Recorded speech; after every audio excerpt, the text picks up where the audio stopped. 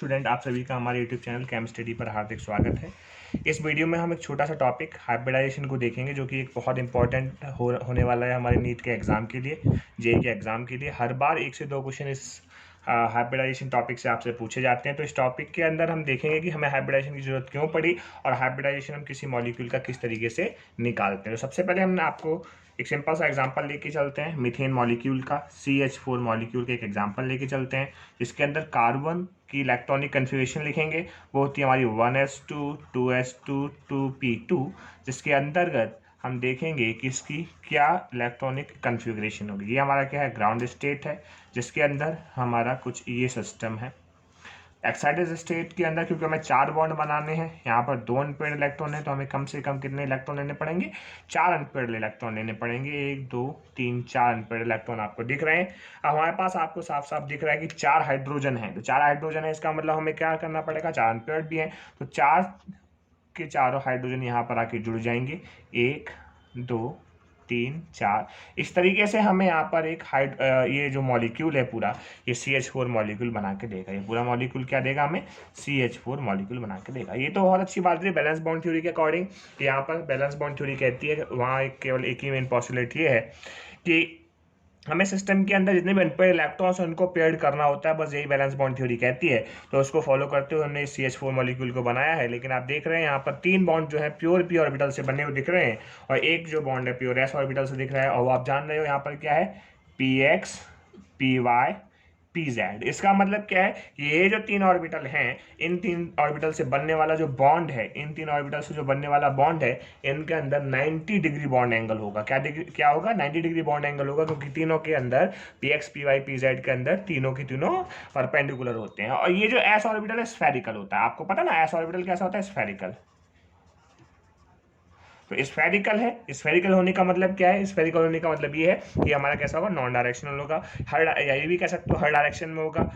तो इसके अकॉर्डिंग अगर हम इसका स्ट्रक्चर बनाते हैं तो स्ट्रक्चर कैसा होगा, 3 तो परपेंडिकुलर होंगे एक दूसरे के, और एक बॉन्ड कैसा होगा, नॉन डायरेक्शनल। लेकिन इन रियलिटी ऐसा होता नहीं है। इन रियलिटी क्या होता है वो भी आप जानते हो। CH4 मॉलिक्यूल का जो स्ट्रक्चर होता है वो कैसा होता है, टेट्राहेड्रल स्ट्रक्चर होता है, और टेट्राहेड्रल स्ट्रक्चर कुछ ऐसा होता है। और इसके अंदर जो बॉन्ड एंगल होता है वो भी आप बखूबी जानते हो। द बॉन्ड एंगल इज इसका जो बॉन्ड एंगल है वो 109.5, ठीक है, डिग्री होता है। 109.5 डिग्री होता है, 109.5 डिग्री होता है, ठीक है। लेकिन according to valence bond theory 90 degree होना चाहिए। तो यही है हमारा ड्रॉबैक बैलेंस बॉन्ड थ्योरी का। और इसको सही करने के लिए हमारे पास जो तरीका है वो है हमारा हाइब्रिडाइजेशन, ठीक है। ध्यान से देखना, हमारे पास जो तरीका है वो क्या है आपका, हाइब्रिडाइजेशन। और हाइब्रिडाइजेशन जो टॉपिक है ये दिया था आपका स्लेटर एंड पाउलिंग ने।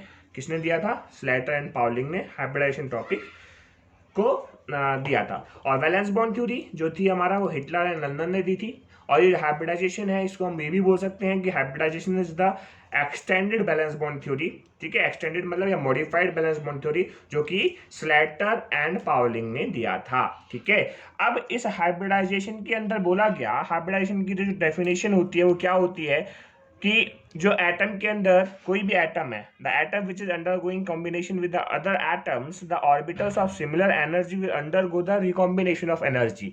जिसके अंदर जो सेम एनर्जी के ऑर्बिटल्स होते हैं वो आपस में रिकम्बाइन होते हैं और उतने ही नए ऑर्बिटल बनाते हैं जितने ऑर्बिटल आपस में कंबाइन होने जा रहे थे। उसको हम बोलेंगे हाइब्रिडाइजेशन। बात समझ में आएगी नहीं, मैं क्या बोला कि यहाँ पर अगर हम CH4 का एग्जाम्पल ही लेंगे, तो देखो अगर हम CH4 का ही एग्जाम्पल लेंगे तो आपको दिखेगा कि कार्बन, सेम चीज हम एक्साइटेड स्टेट से लेके चलते हैं इसकी, ठीक है। तो यहाँ पर क्या होगा, देखो ध्यान से, 1 2 3 4, ठीक है। ये हमारा क्या है आपका 2s2, ये हमारा 2p 2s1 और 3p 2p3, ठीक है। This is the electronic configuration of the carbon. तो हो क्या रहा है यहाँ पर 3 अनपेयर्ड है। अगर हम इसी स्टेट में कॉम्बिनेशन करा देंगे तो फिर हमारा ऊपर वाला केस बन जाएगा। तो पहले मैंने अभी डेफिनेशन बताई हाइब्रिडाइजेशन क्या होता है, पहले मैं समझा रहा हूँ आपको हाइब्रिडाइजेशन क्या होता है। हाइब्रिडाइजेशन के अंदर जो भी हमारे सेम एनर्जी ऑर्बिटल्स हैं वो आपस में कंबाइन होंगे और उतने ही नए ऑर्बिटल बनाएंगे जितने की ऑर्बिटल आपस में कंबाइन हो रहे हैं। तो तो आपको दिख रहा है साफ साफ कि यहाँ पर ये दोनों जो एनर्जी ऑर्बिटल हैं, ये सेम एनर्जी ऑर्बिटल हैं, आपस में पहले ये कंबाइन होंगे और कंबाइन होने के बाद भी उतने ही नए ऑर्बिटल बनाएंगे जितने की कंबाइन हो रहे हैं। तो मतलब 3 और 1 4। तो पहले ये सारे के सारे ऑर्बिटल आपस में कंबाइन होंगे और कंबाइन होने के बाद 4 नए ऑर्बिटल्स देंगे और उन 4 नए ऑर्बिटल्स के अंदर एक एक इलेक्ट्रॉन होगा और इनका जो नाम होगा वो क्या नाम होगा, इनका नाम होगा sp3 हाइब्रिड ऑर्बिटल्स। बात समझ में आई कि नहीं? अब इन चारों ऑर्बिटल्स की क्या कैरेक्टरिस्टिक्स होंगी वो अभी हम डिस्कस करेंगे प्रॉपर्टीज ऑफ हाइब्रिडाइजेशन के अंदर। उससे पहले मैं आपको बता दूं, यहाँ पर एक एक इलेक्ट्रॉन लेके यहाँ पर हाइड्रोजन आ जाएगा। अब यहाँ पर जो चारों बॉन्ड बने हैं, यहाँ पर ध्यान से देखिए, अभी चारों चारों जो बॉन्ड बने हैं वो कौन से बॉन्ड बने हैं? 4sp3, मतलब 4 बॉन्ड है, उनकी नेचर कौन सा है? sp3 नेचर है। लेकिन ऊपर क्या था हमारा? एक हाइड्रोजन था s ऑर्बिटल से कंबाइंड, 3 हाइड्रोजन थे p ऑर्बिटल से कंबाइंड। इसका मतलब ये हो रहा था उसके अंदर एक के अंदर s करेक्टर था और 3 के अंदर p करेक्टर थे। लेकिन यहाँ पर क्या हो रहा है? चारों के अंदर sp3 करेक्टर है और इसका जो स्ट्रक्चर होगा वो आपका टेट्राहेड्रल स्ट्रक्चर होगा। तो ये आप ध्यान से देख लीजिए। अब हम आगे चलने वाले हैं कि अब कैरेक्टरिस्टिक्स ऑफ हाइब्रिडाइजेशन क्या होगा या हाइब्रिडेशन को किस तरीके से हम डिफाइन करेंगे, हाइब्रिडेशन के क्या क्या टॉपिक्स होंगे वो आप देख लीजिएगा। चलिए, अगला पॉइंट है हमारा कि हम हाइब्रिड ऑर्बिटल को किस तरीके से डिफाइन करेंगे। ओके, तो हाइब्रिड ऑर्बिटल्स की अगर हम बात करेंगे तो the characteristics of hybrid orbital, तो मैंने क्या बोला कि पहला क्या होगा, मैं तो बताया पहले क्या होगा उसको, उस बात को भी आप देख लीजिएगा कि हम हाइब्रिड ऑर्बिटल्स को क्या देखेंगे। ठीक है, तो हाइब्रिड ऑर्बिटल्स के अंदर अगर हम देखते हैं तो हाइब्रिड ऑर्बिटल्स में हम ये देखेंगे कि जितने भी ऑर्बिटल्स होंगे, जितने कंबाइन होने जा रहे हैं, उतने ही ऑर्बिटल्स क्या बनेंगे? नए बनेंगे। उतने ही ऑर्बिटल्स क्या बनेंगे? हमारे नए बनेंगे। जैसे कि आपने यहाँ देखा, तो पहले मैंने क्या बोला कि number of unhybrid orbital, unhybrid orbital is equals to number of hybrid orbital. जैसा कि हमने देखा कि वहां पर अनहाइब्रिड कितने थे? 4 थे और हाइब्रिड भी कितने थे? 4 थे। टोटल यहाँ पर कितना हो जाएगा? टोटल हमारे जितने इलेक्ट्रॉन होंगे उतने ही इलेक्ट्रॉन यहाँ पर रहेगा। तो टोटल हमारे पास उतने ही रहेंगे जितने कि हमारे पास थे। ठीक है, तो फिलहाल हम इसके आगे चलते हैं और इसके अगला पॉइंट क्या था? नंबर 2 देखिए कि प्रॉपर्टी ऑफ हाइब्रिडाइजेशन के अंदर कि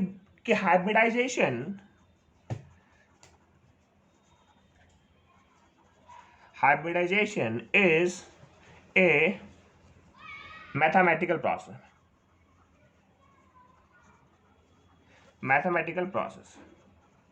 तो हाइब्रिडाइजेशन एक मैथमेटिकल प्रोसेस है। इसका मतलब ये है कि हाइब्रिडाइजेशन को हम एक्सप्लेन नहीं कर सकते एक्सपेरिमेंटली, क्योंकि यहाँ पर जितने भी रूल्स और रेगुलेशंस हैं वो सारे मैथ्स के लगाए गए हैं। हम ये नहीं बता सकते एक्सपेरिमेंटली कि इसका जो बॉन्ड एंगल या इसकी जो हाइब्रिडाइजेशन है वो sp3 है या इसकी हाइब्रिडाइजेशन sp2, वो हम मैथमेटिकली इसका बॉन्ड एंगल देख के बता सकते हैं कि अगर इसका बॉन्ड एंगल इतना है तो इसकी हाइब्रिडाइजेशन ये होगी, ये फलाना ढिमका। ठीक है, तो अब हम क्या कर रहे हैं, इसका अगला टॉपिक, अगला पॉइंट क्या है कि अगर हम बात करेंगे हाइब्रिड ऑर्बिटल बनते कैसे हैं। अगर हम हाइब्रिड ऑर्बिटल की बात करेंगे कैसा होगा, कैसे बनते हैं, तो उसको भी देख लीजिए।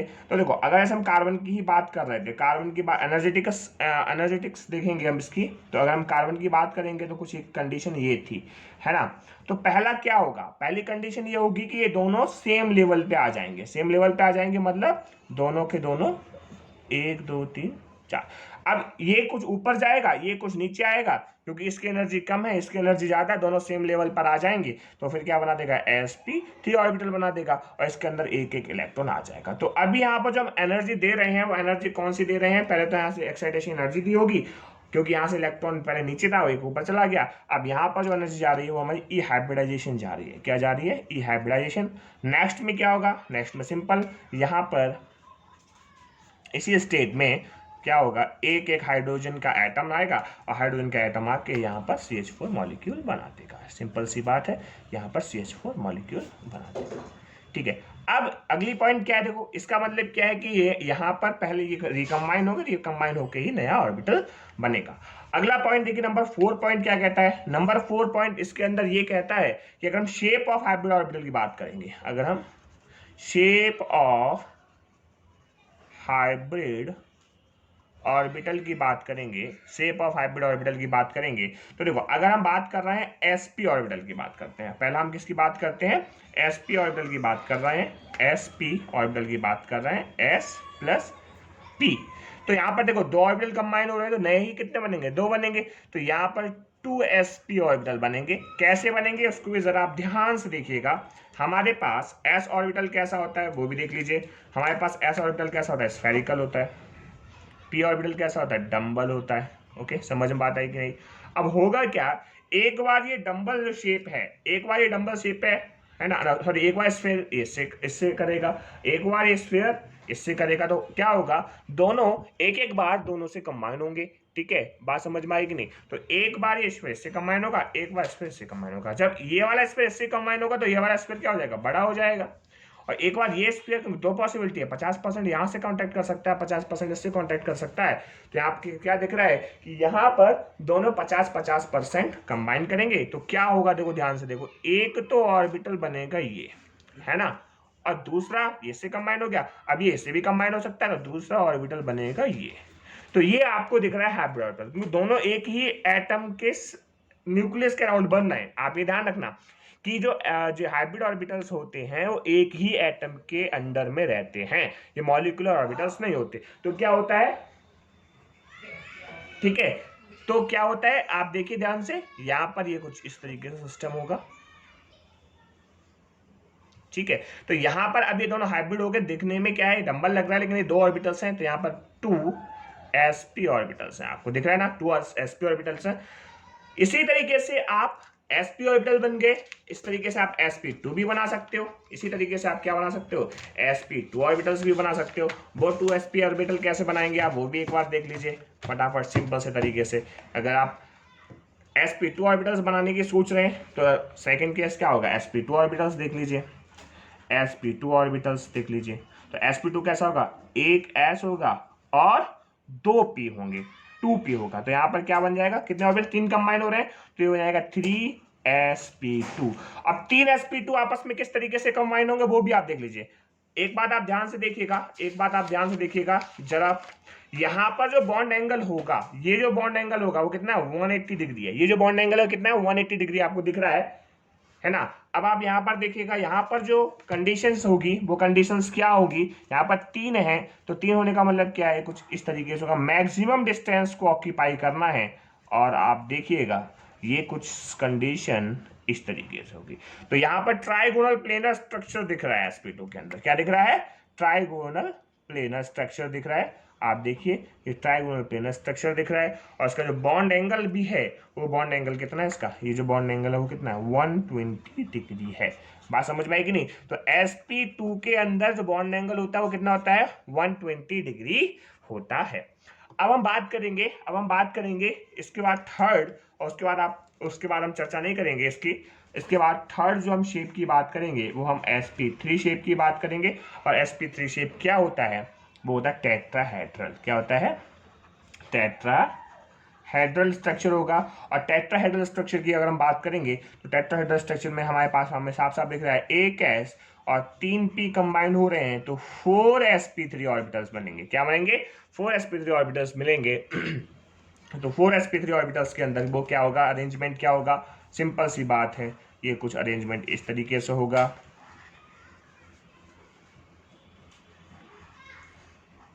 और एक यहाँ पर इसके पीछे, ठीक है।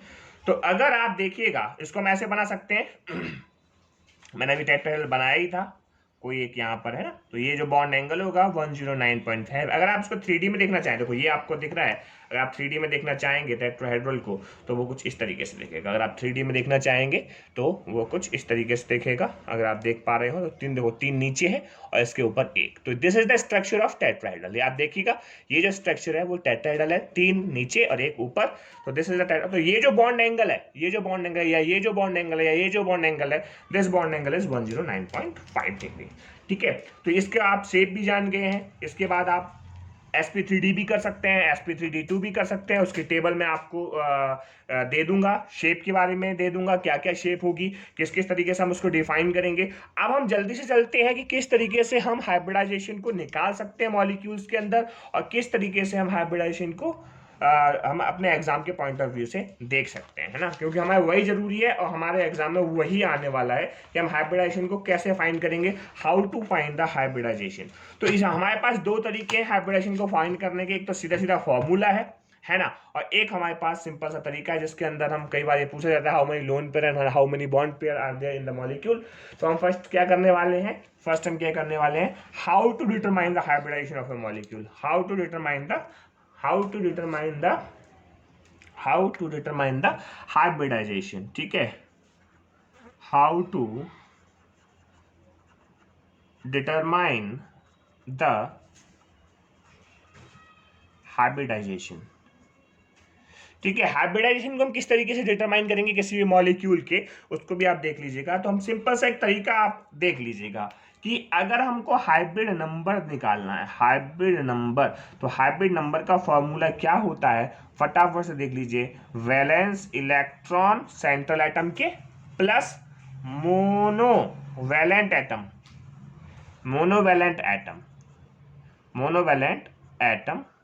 ठीक है। सेंट्रल एटम पे कितने मोनोवैलेंट एटम लगे हुए हैं जिसकी वैलेंसी 1 हो, मोनोवैलेंट एटम का मतलब जिसकी वैलेंसी 1 हो, प्लस नेगेटिव चार्ज, ठीक है, माइनस पॉजिटिव चार्ज, ठीक है, और divide by 2। This is the simplest formula with the help of which we can calculate the hybridisation of a molecule. Valence electron plus monovalent atom plus negative charge minus positive charge. अब plus negative charge क्यों किया, कि वो कभी भी किसी भी atom के ऊपर जब नेगेटिव चार्ज आता है तब वो इलेक्ट्रॉन को एक्सेप्ट करता है, इसीलिए हमने यहाँ पर प्लस लगाया है। और माइनस कब लगाएंगे, जब वो इलेक्ट्रॉन को डोनेट करेगा। बात समझ में आई कि नहीं। तो हम सबसे पहले एग्जाम्पल लेके चलते हैं, एक वही एग्जाम्पल लेके चलते हैं जिस एग्जाम्पल को अभी हमने किया था, स्टार्टिंग वहीं से करेंगे। सबसे पहला जो एग्जाम्पल आएगा वो देखिए कौन सा है, सबसे फर्स्ट एग्जांपल देखिए वो हमारा था CH4, ठीक है, बहुत सिंपल सा एग्जांपल है CH4।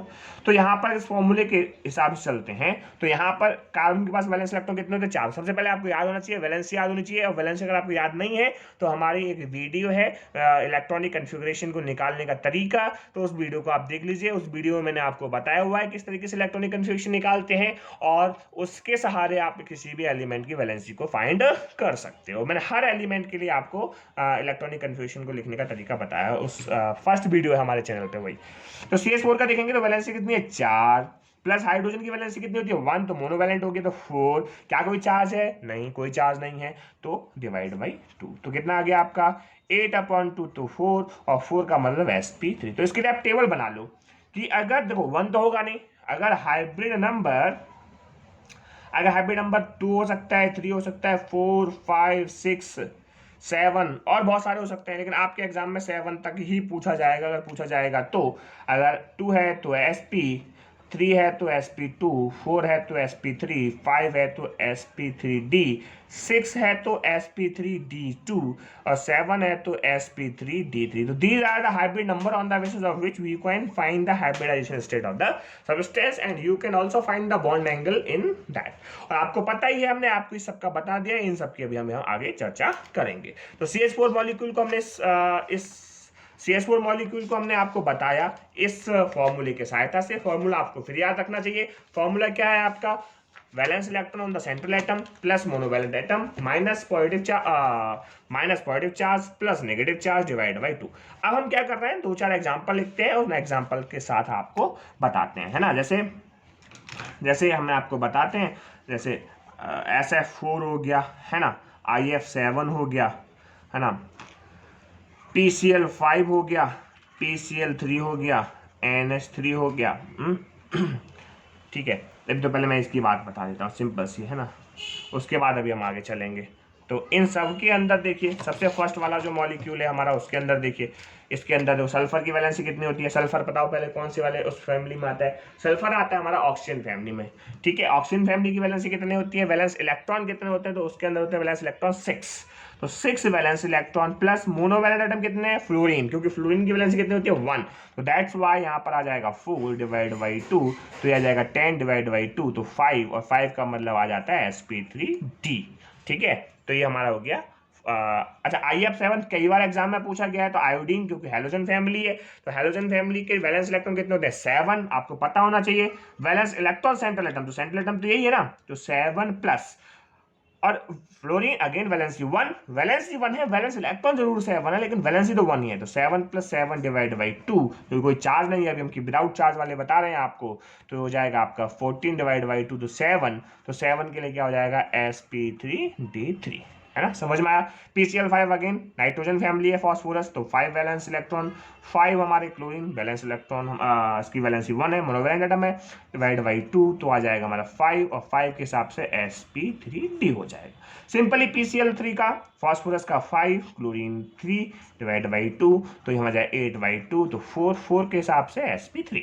NH3 बहुत सिंपल सा, 5 + 3 डिवाइड बाई 2, तो हमारा 8/2, तो इसका 4, और 4 के हिसाब से आ जाएगा sp3। This is the valence electron. अभी सिंपल से मैंने आपको ऐसे बताया जिसके अंदर सारे के सारे वैलेंस इलेक्ट्रॉन थे। अब मैं आपको बताता हूँ एक ऐसा मॉलिक्यूल जिसके अंदर कुछ कंडीशंस अलग होंगी, जैसे हमने XeOF4 मैंने आपको बताया, ये भी कई बार एग्जाम में पूछा गया है। जीनॉन के कंपाउंड्स, हैलोजन के कंपाउंड्स की वैलेंसी या उसके आपको जो चार्ज है वो आपको कई बार एग्जाम में पूछा गया है, तो कृपया करके आप उसको देख लीजिएगा। XeOF4 यहाँ पर वैलेंस इलेक्ट्रॉन जीनॉन है तो 8 होंगे क्योंकि नोबल गैस है। देखो ऑक्सीजन की वैलेंसी कितने होती है, ऑक्सीजन की वैलेंसी होती है 2, इसलिए हम इसको फॉर्मूले में नहीं लिखेंगे, हमको केवल मोनोवैलेंट एटम लिखने हैं। तो फ्लोरीन की कितनी होती है वैलेंसी 1, तो 8 + 4 डिवाइड बाई 2, तो हो जाएगा हमारा 12/2, तो हो जाएगा 6, और 6 के हिसाब से sp3d2 हो जाएगा। ठीक है, बात समझ में आएगी नहीं, तो इस तरीके से आप देख सकते हैं। एक और मॉलिक्यूल देख लीजिए आप, XeO2F4, है ना, XeO2F4, ये भी बहुत सिंपल है, या XeO2F2 देख लो, ये भी बहुत ज्यादा पूछा गया, ये भी सिंपल सा है। 8 + 2, क्योंकि यहाँ पर केवल वैलेंस इलेक्ट्रॉन कितने 2 ही है, वैलेंस इलेक्ट्रॉन मतलब 2 ही मोनोवैलेंट एटम है, क्योंकि this is a divalent atom, we have to write only the monovalent atom, that's why it is here only 2 monovalent atom. तो यहाँ पर क्या हो जाएगा 8 + 2 डिवाइड बाई 2, तो हो जाएगा 10 डिवाइड बाई 2, तो 5, तो 5 sp3d इज द हाइब्रिडाइजेशन। अब हमने सारा डिस्कस कर लिया, अब हम कुछ अदर एग्जांपल लेके चलते हैं जिस पर पॉजिटिव चार्ज या नेगेटिव चार्ज होता है, और कई बार आपसे पूछा भी गया है। तो SO4 सल्फेट पर हमको हाइब्रिडाइजेशन बतानी है। सल्फेट की हाइब्रिडाइजेशन क्या है, तो आपको पता है सल्फर जो है हमारा वो ऑक्सीजन फैमिली का है, तो वैलेंस इलेक्ट्रॉन कितने होंगे, इसके अंदर 6 होंगे, वैलेंस इलेक्ट्रॉन कितने होंगे 6, तो 6+। अब यहाँ पर देखिए आपके पास मोनोवैलेंट एटम कोई भी नहीं, क्योंकि ऑक्सीजन है हमारा, और ऑक्सीजन की जो वैलेंसी होती है वो कितनी होती है 2 होती है, that's why we can not write in the formula. So हमारे पास यहाँ पर चार्ज जरूर दिया गया है 2 नेगेटिव, तो 2 नेगेटिव चार्ज का मतलब क्या है, क्योंकि नेगेटिव चार्ज तो भाई इलेक्ट्रॉन सिस्टम के अंदर ऐड हो रहे हैं, तो इसका मतलब यहाँ पर क्या हो जाएगा 6 + 2, क्योंकि फॉर्मूला क्या था valence electron plus monovalent atom plus negative charge. तो अभी हमने कुछ एग्जांपल देखे हैं, और एग्जांपल के आगे हम कुछ ऐसे एग्जांपल देखने जा रहे हैं जिस पर चार्ज होता है, और these example are the most important for the point of view of exam. तो अभी हम क्या देख रहे हैं, केवल हाइब्रिडाइजेशन निकालने का तरीका देख रहे हैं, शेप हम नहीं चेक करेंगे क्या होता है। ठीक है, उसके लिए मैं आपको अगली वीडियो बना के दूंगा कि शेप ऑफ द ऑर्बिटल्स को हम कैसे डिफाइन करेंगे, क्या स्ट्रक्चर होगा। तो इसमें हम कुछ एग्जाम्पल देखते हैं, केवल हाइब्रिडाइजेशन निकालने का तरीका। मोस्ट इंपॉर्टेंट मैं आपसे फिर कह रहा हूँ, हमारे पास कम से कम कई सारे कंपाउंड्स पूछे गए हैं एग्जाम में। जैसे देखो सबसे पहले हम कुछ नॉर्मल एग्जांपल देखते हैं, SO4 है ना, PO4 है ना, नेगेटिव चार्ज है इसके ऊपर। फिर हमारे पास क्या है NH4 देख सकते हैं, ठीक है। फिर NO2 देख सकते हैं, है ना, HNO2 होता है, ऐसे HNO3 NO3 भी देख सकते हैं, है ना। इसके बाद ये तो हो गए नॉर्मल, ये तो हम जनरली अपना प्रैक्टिस के लिए करेंगे। अब मैं जो आगे लिख रहा हूँ ये मोस्ट इंपॉर्टेंट एग्जांपल है। हर एग्जाम में कभी ना कभी, ऐसा कोई सा एग्जाम नहीं है दुनिया में केमिस्ट्री का इसमें ये एग्जाम्पल नहीं पूछे गए हैं, कृपया आप देख लीजिएगा। तो सबसे पहला क्या है XeF5 XeF5+, दूसरा I3 I3+।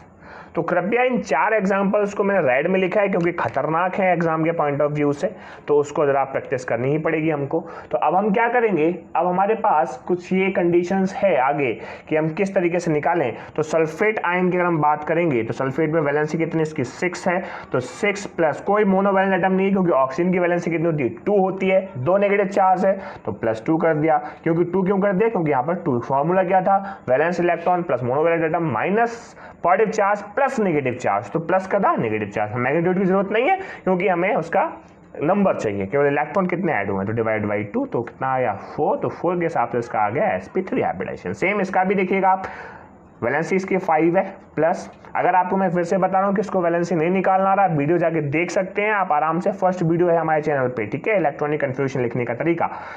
तो कोई भी मोनोवैलेंट एटम नहीं है, प्लस 3 डिवाइड बाई 2, अगेन इसका हाइब्रिडाइजेशन sp3 होगा। NH4 प्लस का भी हाइब्रिडाइजेशन sp3 होगा क्योंकि नाइट्रोजन का 5 है। देखिए प्लस मोनोवैलेंट एटम, प्लस कितना है 4, -1 करना पड़ेगा डिवाइड बाई 2। -1 क्यों किया, क्योंकि उसके ऊपर चार्ज क्या है +1 है, और +1 चार्ज होने की वजह से क्या हो जाएगा आपका, ये हो जाएगा आपका 8 डिवाइड बाई 2, तो हो जाएगा आपका sp3 हाइब्रिडाइजेशन इसका भी। NO2 माइनस का अगर हम देखेंगे तो NO2 माइनस सिंपल सा है। NO2 माइनस देखिए नाइट्रोजन पर 5 है, कोई भी मोनोवैलेंट एटम नहीं है, ऑक्सीजन की वैलेंसी 2 होती है और नेगेटिव चार्ज है, तो नेगेटिव चार्ज होने की वजह से इस पर क्या आएगा +1 आएगा डिवाइड बाई 2, तो 6/2, तो 3 आएगा और 3 की वजह से आएगा sp2 हाइब्रिडाइजेशन। NO3 माइनस का भी सेम होगा, क्या होगा 5 + 1 डिवाइड बाई 2, तो इसका भी हाइब्रिडेशन क्या होगा sp2 होगा, ठीक है। अब आप देखिएगा यहाँ पर सिस्टम में, अब यहाँ पर देखिएगा हमारे पास कुछ एग्जाम्पल है जो मोस्ट इंपॉर्टेंट है, मैं आपको फिर से बता रहा हूँ, these are the most important examples. इनके स्ट्रक्चर के बारे में हम चर्चा अगली वीडियो में करेंगे। इस वीडियो के अंदर केवल हम क्या करने वाले हैं, इस वीडियो के अंदर हम केवल क्या करने वाले हैं, इनका हाइब्रिडेशन कैसे निकाला जाए, शेप को निकालने का तरीका और एक होता है, वो हम आपको नेक्स्ट वीडियो में, इसके बाद कल हम नेक्स्ट वीडियो अपलोड करेंगे, उसमें आप देखिएगा कि हम किस तरीके से स्ट्रक्चर के बारे में हम चर्चा कर सकते हैं। तो हम आप देखिए XeF5-, तो Xe के अंदर क्या है, Xe के अंदर हमारा इलेक्ट्रॉन्स दिख रहे हैं 8, प्लस मोनोवैलेंट एटम फ्लोरीन है 5 है, -1 चार्ज है, तो इसका मतलब +1 देना पड़ेगा डिवाइड बाई 2, तो ये कितना हो गया 8 और से 14, तो 14/2, तो आया 7, इसका हाइब्रिडेशन क्या हो जाएगा sp3d3 is the hybridisation of XeF5-। XeF5+ के अगर हम देखेंगे तो XeF5+ का देखिए क्या होगा 8 + 5 - 1 डिवाइड बाई 2, तो कितना हो गया 8 और 5 हो गया हमारा 12, 8 5 13 और -1, 13 - 1 करेंगे तो कितना हो जाएगा हमारा 12/2 हो जाएगा, तो आ जाएगा 6, तो sp3d2 हो जाएगा। बहुत सिंपल सा तरीका है। अब लोगों को समस्या आती है I3- और I3+ को निकालने के लिए, तो अभी हम क्या चर्चा करेंगे कि I3+ और I3- को किस तरीके से निकाला जाए। तो I3+ और I3- को भी निकालने का बहुत अच्छा तरीका है, बहुत इंपॉर्टेंट है एग्जाम के पॉइंट ऑफ व्यू से। तो देखिएगा I3+ का पहले मैं निकाल के दिखाता हूं आपको, तो आपको दिख नहीं रहा होगा, कोई सेंट्रल एटम है ही नहीं इसके अंदर। जब कोई सेंट्रल एटम नहीं है तो इसका मतलब क्या होगा, यहाँ पर हम ऐसे लिख सकते हैं I2+, ऐसा तो होगा ना, कम से कम एक तो 3 में से एक तो सेंट्रल एटम होगा ही होगा। तो इन एक सेंट्रल एटम की वजह से, अब देखो ये तो हो गया सेंट्रल एटम, ठीक है, ये हो गया आपका सेंट्रल एटम। जब सेंट्रल एटम हो गया तो क्या होगा कहानी इसकी, वैलेंस इलेक्ट्रॉन कितने इसके 7 प्लस, अब ये जो 2 इलेक्ट्रॉन है, these are not the central atom, these are the surrounding atom, that's why we have to find the valency of these atoms and the valency of the iodine is 1, you know very well। तो यहाँ पर क्या हो जाएगा 7 + 2, अब यहाँ पर negative charge नहीं है, पॉजिटिव चार्ज है, तो पॉजिटिव चार्ज होने का मतलब -1 डिवाइड बाई 2, तो कितना आ जाएगा देखो 7 और 2 9, 9 - 1 8, 8/2 कितना हो गया 4, और इसका हाइब्रिडेशन हो जाएगा sp3। Next is the most important I3-, I3- भी सेम करेंगे हम, I2- देखिएगा, और I2- के अंदर देखिएगा I का कितना हो जाएगा 7, I कितना हो जाएगा, ये सेंट्रल एटम अगेन, तो 7 प्लस मोनोवैलेंट एटम 2 + 1, क्योंकि एक नेगेटिव चार्ज है डिवाइड बाई 2, तो कितना हो जाएगा ये 10 डिवाइड बाई 2, तो हो जाएगा 5, और 5 के हिसाब से इसका हो जाएगा sp3d। ठीक है, तो हम आज इस वीडियो में हम आपको यहीं तक बता रहे हैं कि हमने हाइब्रिडाइजेशन कैसे निकाली, हाइब्रिडाइजेशन की जरूरत क्यों पड़ी, हाइब्रिडाइजेशन का क्या रूल है। ठीक है, इन सबको आपको कोई दिक्कत आई हो तो आप कमेंट सेक्शन में बताइएगा। मुझे मालूम है ये वीडियो मैं बहुत दिनों बाद अपलोड कर रहा हूँ, कुछ प्रॉब्लम्स थी इसलिए मैं इस वीडियो अब तक अपने यूट्यूब चैनल पर नई वीडियो नहीं डाल पाया था। अब मैं रेगुलरली अपने वीडियोस कुछ टॉपिक्स की, सिलेक्टिव टॉपिक्स की डालता रहूंगा। अगर किसी को नीट के एग्जाम के पॉइंट ऑफ व्यू से कोई भी टॉपिक नहीं आ रहा है, क्वेश्चन नहीं आ रहा है, टफ क्वेश्चन है, तो आप मेरा व्हाट्सएप नंबर है, आप देख लीजिएगा, ये आपका मेरा नंबर है अनुराग, ठीक है, 8076905092। This is the WhatsApp number, you can put the questions only, ठीक है, no calling, only for the questions for your doubts, ठीक है। और फिर मिलेंगे जल्दी अगले वीडियो के अंदर, हम इन सबकी शेप्स के बारे में चर्चा करेंगे, ठीक है। धन्यवाद।